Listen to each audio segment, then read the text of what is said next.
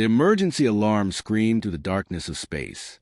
On a small planet called Meridian Prime, 40,000 people were about to die.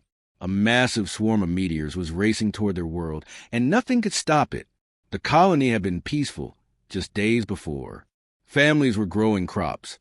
Children were playing the streets, and engineers were building new homes. Then their scientists spotted something terrible in their telescopes. Hundreds of giant space rocks, each one big enough to destroy entire cities, were heading straight for them. Colony leader Mark Foster stood in the communications room, his hands shaking as he typed the emergency message. He had sent distress signals to every major alien civilization in the galaxy. Surely someone would help. Someone had to help. The first response came from the Valdari, a race of aliens so advanced they could travel between stars in minutes. Their message was cold and simple. Rescue mission requires too many resources. Request denied. Foster stared at the screen in disbelief. These aliens had technology beyond human imagination, fleets of massive ships, and unlimited power. But they wouldn't lift a finger to save 40,000 innocent lives because it would cost too much. The second response came from the Etherian Collective, ancient beings who had ruled parts of the galaxy for thousands of years. Their computers had run the numbers and calculated that any rescue mission had a 78% chance of failure. They called the loss of the colony acceptable and moved on to other business. The third and final response came from the Corvin Empire, a military powerhouse with enough firepower to destroy entire solar systems. Their answer was the cruelest of all. Sector has no strategic value. Colony expendable. Foster collapsed into his chair. In less than 3 days, meteors would rain down from space like bullets from heaven. The colony's shields might stop the smaller rocks, but the big ones would punch through like paper. Everyone he knew, everyone he loved, would be vaporized in seconds. Meanwhile, thousands of light years away, Commander James Mitchell was having the worst day of his career. The human monitoring station where he worked was barely bigger than a large house, floating in empty space near Earth's outer colonies. His job was to listen for signals from across the galaxy, but mostly he heard nothing but static. Today was different. Today, he heard crying. The distress signal from Meridian Prime had taken weeks to reach Earth. By now, the meteor storm was probably just hours away from impact. But Mitchell couldn't stop listening to Foster's desperate voice, begging anyone in the universe to help save his people. Lieutenant Katie Brooks, Mitchell's communications officer, looked up from her console with tears in her eyes. "Sir, the colonists are sending personal messages now. Families saying goodbye to relatives on other worlds. Children recording videos for grandparents they'll never see again." Mitchell walked to the main view screen and stared out at the stars. Somewhere out there, 40,000 humans were waiting to die while the most powerful civilizations in the galaxy did nothing. The aliens had run their calculations, checked their profit margins, and decided these lives weren't worth saving. "Get me Captain Reynolds," Mitchell said quietly. Within minutes, the face of Captain Robert Reynolds appeared on screen. Reynolds was exactly the kind of man you'd want in a crisis. Tough as old leather, smart as a whip, and stubborn as a mule. His cargo ship Steadfast was currently hauling supplies between human colonies, honest work that barely paid the bills. "Jim, I'm guessing this isn't a social call," Reynolds said, noticing Mitchell's grim expression. "Bob, have you heard about Meridian Prime? The colony that's about to get smashed by meteors?" "Yeah, I heard." "Also heard every alien fleet in the sector turned tail and ran." "Typical." Mitchell leaned forward. "How many human ships can we gather in the next 18 hours? Reynolds was quiet for a long moment. Through the screen, Mitchell could see him thinking, calculating not with computers, but with his heart. "My Steadfast, Thompson's mining ship, Wells's hauler, maybe a few others if we put out the word. We're talking about maybe half a dozen ships total, all civilian, against a meteor storm that's got aliens with planet-killer weapons running scared. I know the odd, Bob." "Do you?"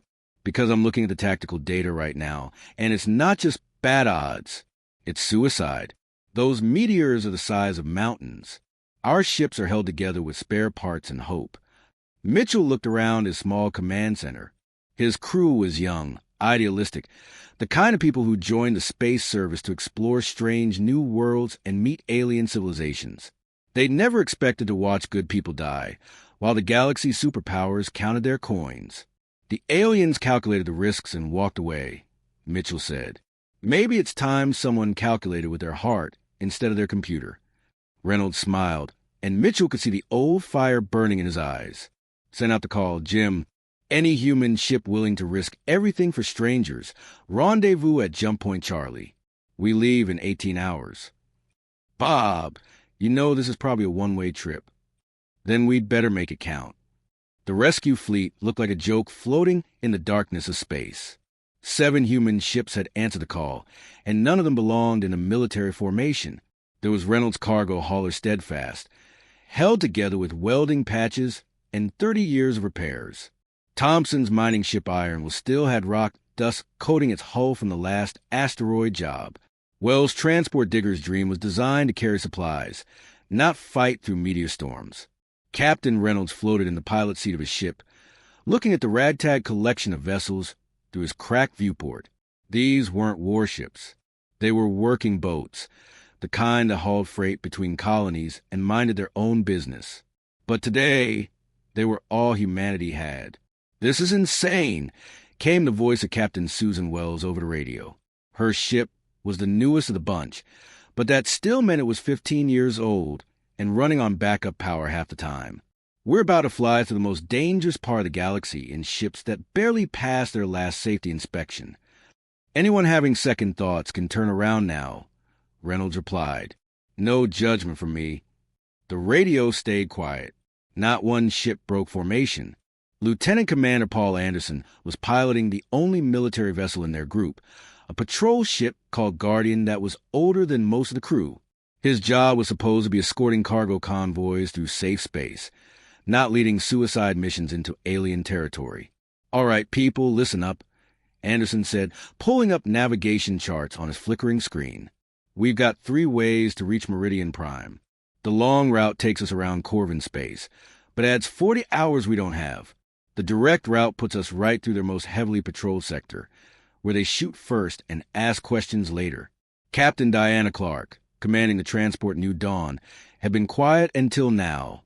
She was hauling medicine to outer colonies when the call came in, and had dumped her entire cargo to make room for potential refugees. "What's the third option?" "We go through Corvin space, but use the asteroid fields for cover. More chance our ships will break down, but less chance we get blown up by alien warships." Reynolds made the decision without hesitation. "We take the asteroids. These old boats were built to work in rough conditions. Time to prove it." The jump to hyperspace was rougher than usual. The older ships groaned and shuddered as they pushed through dimensions that human science barely understood. When they dropped back into normal space at the edge of Corvin territory, every alarm on Guardian started screaming. "Contact bearing 27 Mark IV, Anderson reported, trying to keep his voice steady. "Corvin patrol cruiser, heavy class." The alien ship that appeared on their screens was a nightmare made of metal and energy. It was 3 times the size of their largest vessel, covered in weapon systems that could turn any human ship into space dust with a single shot. Its hull was perfectly smooth, like it had been carved from a single piece of black diamond. "They're sending us a message," reported Ensign Kevin Harper from his communication station. The Corvin commander's voice came through the speakers like a machine trying to imitate speech. "Human vessels, you are trespassing in restricted space. State your business or be destroyed." Reynolds keyed his radio with hands that weren't quite steady. "We're on a humanitarian mission to Meridian Prime. 40,000 civilians are going to die if we don't reach them in time." The silence stretched on forever. Through his viewport, Reynolds could see the alien ship's weapon systems turning toward them, energy already beginning to glow in their barrels. Finally, the mechanical voice spoke again. "The Thornwick colonists. We have calculated their situation. Rescue is impossible. Turn back or be fired upon. Can't do that, friend. Those are our people out there." Another pause, this one even longer. When the Corvin spoke again, there was something almost like curiosity in the cold, electronic voice. "Your species continues to confound logic. We calculate your mission has a 0% chance of success. Maybe that's why we're the ones attempting it. The alien commander was quiet for a full minute. The human crews held their breath, waiting for the energy beams that would end their journey before it really began. Very well, the Corvin finally said. You may pass through our territory, but we take no responsibility for your inevitable destruction. Your stubbornness is noted. The massive alien ship glided away into the darkness like a predator that had lost interest in prey too small to bother with. Captain Wells let out a shaky laugh over the radio. Did we just talk our way past the most feared military in the galaxy? Don't get cocky, Reynolds warned. We've still got to fly through an asteroid field that makes minefields look safe, reach a planet that's being bombarded by space rocks the size of cities, and somehow evacuate 40,000 people before they all get killed. Thompson's gravelly voice came over the speaker from his mining ship. When you put like that, Bob, it almost sounds difficult. Despite everything, Reynolds found himself grinning. This was why he loved working with other humans. When faced with impossible odds, most species would run calculations and retreat. Humans just made jokes and kept flying towards certain death. The asteroid field ahead of them stretched across thousands of miles of space, filled with chunks of rock and ice spinning through the void like bullets. Navigation computers were useless here. They'd have to fly by sight, instinct, and pure dumb luck. Stay close, people, Reynolds said as they entered the field. And remember, we're not just trying to survive this trip. We're racing against time to save lives. The 7 ships pushed deeper into the asteroid field, their hulls groaning as they dodged house-sized rocks and navigated through clouds of deadly debris. Behind them, the Corvin patrol ship watched their progress with what might have been grudging respect. Humans, the alien commander noted in his log, remain the most illogical species in the galaxy. And perhaps, he thought, but did not record, that was exactly what made them dangerous. The Meridian Prime system looked like a war zone when the human rescue fleet finally arrived. Massive chunks of rock and ice streaked through space like cannonballs fired by an angry god. Some meteors were the size of office buildings. Others were as big as entire city blocks. They moved so fast that they glowed white-hot, leaving trails of fire across the star field. The automated mining stations that had once floated peacefully in orbit were now twisted wreckage, smashed to pieces by the meteor bombardment. Orbital defense platforms that could have stopped smaller asteroids lay in ruins, their protective shields overloaded and destroyed hours ago. Captain Thompson stared through the viewport of his mining ship Ironwill, watching a meteor the size of a football stadium streak past just miles from his hull. "Sweet mother of pearl," he whispered. "How in blazes are we supposed to get through that mess?" Down on the planet's surface, the human colony of New Haven was protected by energy shields that flickered and sparked like dying light bulbs. Each meteor impact sent ripples of electricity across the barriers, and everyone could see they were failing. The shields had maybe 12 hours left, probably less. "This is Colony Administrator Mark Foster." Came a crackling transmission from the planet. Static filled most of the message, but the desperation in Foster's voice came through clearly. "Is there really someone out there? The Valdari told us no rescue was possible. They said we were on our own." Captain Reynolds keyed his radio, trying to sound more confident than he felt. "This is Captain Reynolds of the Earth Rescue Flotilla. We're here to get you out, Mark. All of you." The silence that followed lasted so long that Reynolds wondered if the transmission had been lost. Then Foster's voice came back, shaking with emotion. Thank God you came. We thought everyone had forgotten about us." Reynolds studied the tactical display on his console, watching the meteor patterns. The space rocks weren't falling randomly. There was a rhythm to their movement, like a deadly dance choreographed by physics and gravity. Deadly, but not completely unpredictable. "Anderson, can your computer plot us safe corridors through this nightmare?"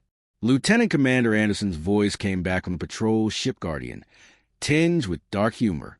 "Negative on safe corridors, Bob. But I can find you corridors that are only mostly suicidal. That'll have to do. Wells, Thompson, your mining ships have the strongest hulls and the biggest engines. You take point and start clearing us a path with your cutting charges." Clark, Foster, the moment we have a window, your transports dive for the planet and start loading people. The plan was completely insane. They were going to use mining explosives to blow up the smaller meteors while dodging the bigger ones, all while trying to ferry thousands of terrified civilians to safety. Any reasonable person would have looked at the odds and headed home. But humans had never been accused of being reasonable. Captain Wells fired the first mining charge. Her ship diggers dreamed dancing between tumbling rocks like a dancer avoiding raindrops. The explosive hit a house-sized meteor dead center, splitting it into dozens of smaller chunks that scattered harmlessly into space. Path opening in Sector 7, she called out. Transports. You've got maybe 10 minutes before the next wave hits. The transport ships knew Dawn and Meridian's hope dove toward the planet like hawks hunting prey, their cargo holds already reconfigured to carry as many people as possible instead of supplies. Captain Clark had ripped out everything unnecessary, furniture, equipment, even some of the life support systems, to make room for more refugees. Down on Meridian Prime, the colonists had been ready for hours. Families stood in organized groups, each person carrying just one small bag of belongings. Children cried as they realized they were leaving behind their pets, their toys, everything they'd ever known. Parents tried to comfort them while fighting back their own tears. Foster had done his job well. Despite the chaos and terror, the evacuation was proceeding in an orderly fashion. The youngest children and pregnant mothers went first, followed by the elderly and injured. Everyone else would have to wait their turn and hope the meteors didn't break through the shields before the ships could return.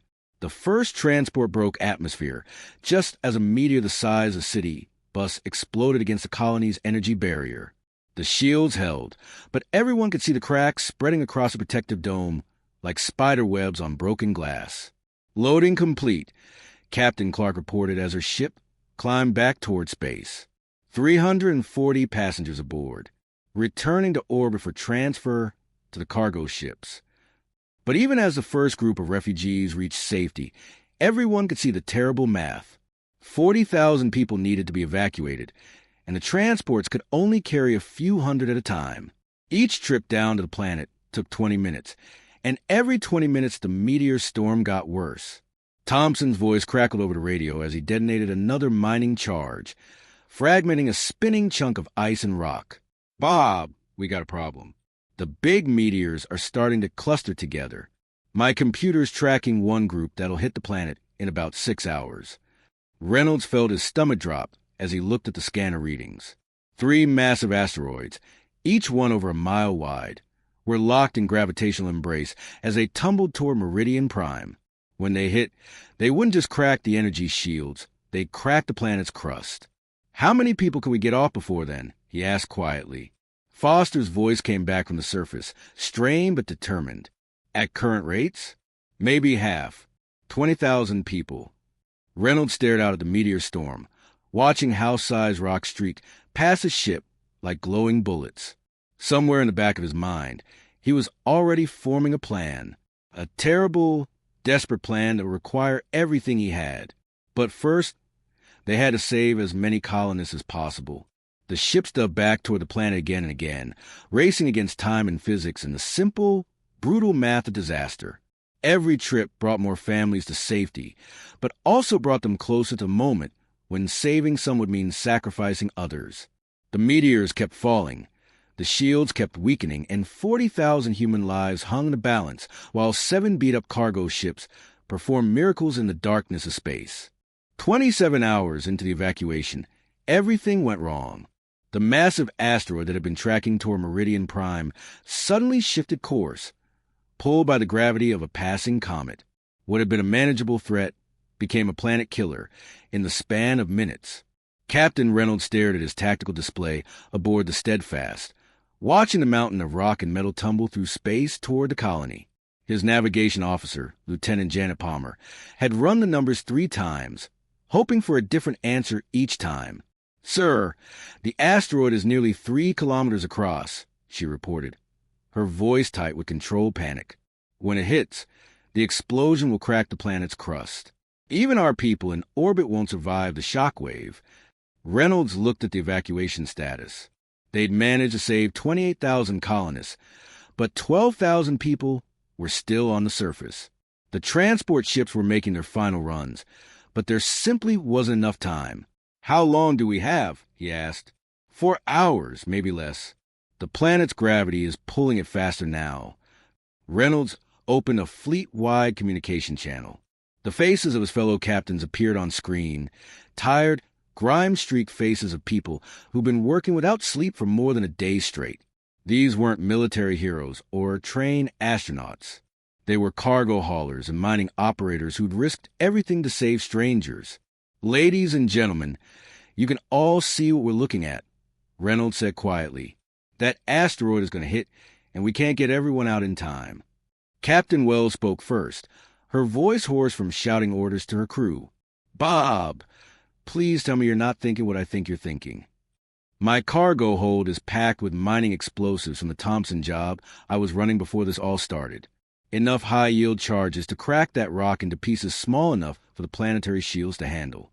The silence on the communication channel was deafening. Everyone understood what Reynolds was suggesting. A direct collision with the asteroid at maximum speed, detonating tons of explosives at the moment of impact. It would save the colony, but the Steadfast and everyone aboard would be vaporized instantly. Captain Anderson's voice cut through the quiet. "Bob, there has to be another way. We didn't come all this way just to watch good people die. There isn't another way, Paul, and you know it." Reynolds turned to his own crew, the 5 people who'd been with him for years, hauling cargo between the outer colonies. "This is volunteer only. Anyone who wants to transfer to another ship, now's the time. No shame in it." Nobody moved. His engineer, old Pete Morrison, actually laughed. "Captain, I've been fixing this bucket of bolts for 12 years. I'll be damned if I'm going to abandon her now when she's got the most important job of her life." Lieutenant Palmer nodded firmly. We go, Captain. That's what it means to be part of a crew." Reynolds felt pride swell in his chest, mixed with sadness so deep it threatened to overwhelm him. These people, his people, were willing to die for 12,000 strangers they'd never met, not because they were heroes, but because it was the right thing to do. "All right, then," he said. "Anderson, you're in command of the evacuation now. Get our people home safe." "Understood, sir." "Bob, it's been an honor." The Steadfast broke away from the rescue fleet, her engines burning at maximum power as she accelerated toward the approaching asteroid. Behind them, the other ships continued their desperate evacuation runs, racing to save the last groups of colonists before the collision. In the Steadfast cargo hold, Morrison was rigging the mining charges for maximum effect. The explosives had been designed to crack apart smaller asteroids for processing, but clustered together like this, they'd have enough power to shatter a mountain.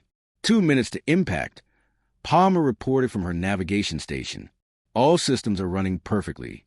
Reynolds opened a communication channel to the colony below. Through his viewport, he could see the planet growing larger, its surface covered with the lights of human settlements. 40,000 people had lived here just 2 days ago, building farms and raising families under alien stars. "New Haven, this is Captain Reynolds," he said, his voice steady despite what was coming. "I want you to tell your people to look up at the sky tonight. Tell them that humans don't abandon each other. Not today, not ever, not while there's still breath in our bodies and fire in our engines." On the surface, 12,000 colonists stood in the evacuation zones, watching the last transport ships climb toward orbit. They could see a new star growing brighter in the sky, the Steadfast accelerating toward its date with destiny. Children pointed at the approaching light, not understanding what they were seeing. Parents held them close, many of them crying as they realized what Reynolds and his crew were about to do for them. The asteroid filled the Steadfast forward view screen now, a mountain of rock and iron tumbling end over end through space. Its surface was scarred and pitted from billions of years of smaller impacts, but had survived everything the universe could throw at it. Everything except human stubbornness. 10 seconds, Palmer called out, "It's been a good life," Reynolds said to his crew. "Thank you for sharing it with me." The Steadfast struck the asteroid at 17,000 kilometers per hour. For a split second, the old cargo ship held together despite forces that should have crushed it instantly. Then Morrison's mining charges detonated all at once, their combined explosions shattering 3 kilometers of solid rock like glass. The asteroid broke apart in a chain reaction that lit up the entire system. Instead of one planet-killing impact, millions of harmless fragments scattered across space like glittering snow. The largest pieces were small enough for Meridian Prime's shield to deflect. The smaller ones burned up harmlessly in the atmosphere. On the planet below, 12,000 colonists watched the sky fill with shooting stars and wept for the 5 strangers who just died to save them. The rescue ships in orbit observed a moment of silence for the Steadfast and her crew, then continued their work. There were still people saved, and Reynolds had bought them the time to do it. The news of what happened at Meridian Prime spread across the galaxy like wildfire. Within days, every alien civilization knew the impossible story. A handful of human cargo ships had succeeded where the greatest military fleets had declared victory impossible. But it wasn't just that they had won that shocked the galaxy. It was how they had won, and what they had been willing to sacrifice. In the crystal towers of the Valdari homeworld, High Counselor Thektar played the battle recordings for the 100th time. His species had ruled their corner of the galaxy for 3,000 years, using perfect mathematical models and flawless logic. They never acted without calculating every possible outcome first. Analyze this again. He commanded his computer, show me how the humans achieved victory. The holographic display showed the 7 human ships entering the meteor field, their hulls patched with crude repairs, and their weapons consisting of mining explosives never designed for combat. By every measurement the Valdari used, the mission should have been impossible. They calculated nothing, Thektar said to his fellow counselors. No probability matrices, no resource allocation studies, no cost-benefit analysis. They simply saw people in danger and decided to help. Their ship designs are primitive by our standards, noted Counselor Veltak. Their tactics were improvised. Their sacrifice of the Steadfast violated every principle of tactical efficiency. Yet they succeeded where we would not even make the attempt. The recording showed Captain Reynolds piloting his cargo ship directly into the massive asteroid, detonating enough explosives to save 12,000 lives at the cost of 5. The Valdari computer had run the scenario 1,000 times. No logical species would make such a trade. Perhaps, Thektar said quietly, logic is not the only form of intelligence. On the other side of the galaxy, the ancient Etherian collective was having similar discussions. These beings had existed for 50,000 years, their minds connected in a vast network of shared consciousness. They had seen civilizations rise and fall, had watched species evolve from primitive hunters into star-traveling empires. But they had never seen anything quite like humanity. The Etherian Grand Mind reviewed the data with confusion that rippled through their collective consciousness. Their computers had calculated a 78% casualty rate for any rescue mission to Meridian Prime. The logical response was to accept the loss and move on to more profitable ventures. But the humans had ignored the calculations entirely. They had flown into certain death and somehow emerged victorious, saving 40,000 lives with ships held together by determination and spare parts. We must study the species further, the Grand Mind decided. They possess a form of problem-solving that our models cannot predict. The most dramatic change came from the Corvin Empire, the military powerhouse that had dismissed Meridian Prime as strategically worthless. Commander Zarthok, the same officer who had challenged the human rescue fleet, stood before his superiors in the war room of their flagship. The humans have altered the strategic balance of this sector, he reported, not through superior firepower or advanced technology, but through something our tactical computers cannot quantify. Explain, demanded General Krevtar. They call it courage, though our translators struggle with the concept. It appears to be the willingness to risk everything for individuals they have never met, with no expectation of reward or strategic advantage. The Corvin had built their empire on the principle that strength was the only currency that mattered in the universe. They conquered worlds, enslaved populations, and calculated the value of lives in terms of productivity and military potential. But the rescue of Meridian Prime had introduced a new variable into their equations. The humans had demonstrated that sometimes the weakest could defeat the strongest, not through better weapons or superior tactics, but through simple refusal to abandon the innocent. Sir, Commander Zarthok continued, I request permission to establish a permanent observation post near human territory. We need to understand how they think, if we are ever to predict their actions.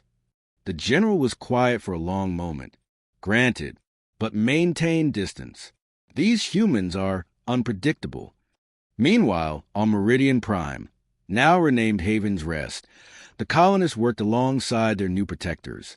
A permanent human naval base had been established in orbit, not because the world had any strategic value, but because humanity had decided these people were worth protecting. Administrator Foster stood in the memorial park they'd built in the center of New Haven. The black granite monument bore the names of Reynolds, Palmer, Morrison, and the other crew members of the Steadfast. But below their names were hundreds more, colonists who had died in initial meteor impacts, and the names of people from other worlds who had perished in similar disasters while the galaxy's great powers counted the costs. Mr. Foster? A young voice interrupted his thoughts. It was Danny Rodriguez, one of the colonists' children who now wore the uniform of the Colonial Defense Force. The Corvin ambassador is here to see you. Foster nodded and walked to his office, where Commander Zarthok waited. The same alien who had nearly destroyed the rescue fleet now sat across from Foster's desk, his metallic features impossible to read. Administrator, the Corvin said through his universal translator, I come with a proposal from the Empire. I'm listening. We wish to establish a permanent embassy here, to study your species more closely. The alien commander paused, seeming to struggle with unfamiliar concepts. We have calculated the movements of stars and the fall of empires, but we have never successfully calculated what you call courage. Perhaps it is time we learned. Foster smiled, remembering Reynolds and his crew. You're welcome here, Commander. But I should warn you, courage isn't something you learn from books or computers. It's something you do when nobody else will. Across the galaxy, similar conversations were taking place. Smaller species that had been ignored by the major powers found themselves with an unexpected protector. Human patrol ships began appearing in remote sectors, offering help to anyone who needed it, not because it was profitable or strategically advantageous, but simply because it was right. The rescue of Haven's Rest had proven something that military strategists and philosophers had debated for millennia. Sometimes the most important victories were won not by superior technology or overwhelming force, but by ordinary people who refused to let innocent lives be lost while they still had the power to act. Trading companies began requesting human escorts for their cargo runs through dangerous space. Alien governments started including human factors in their strategic planning. Try to account for the possibility that humans might do something completely illogical that somehow worked anyway. But perhaps the most important change was in the hearts and minds of countless beings across the galaxy who had heard the story. For the first time in their lives, they had seen someone choose compassion over calculation, sacrifice over self-interest, hope over despair. And in a universe that often seemed cold and indifferent, that made all the difference.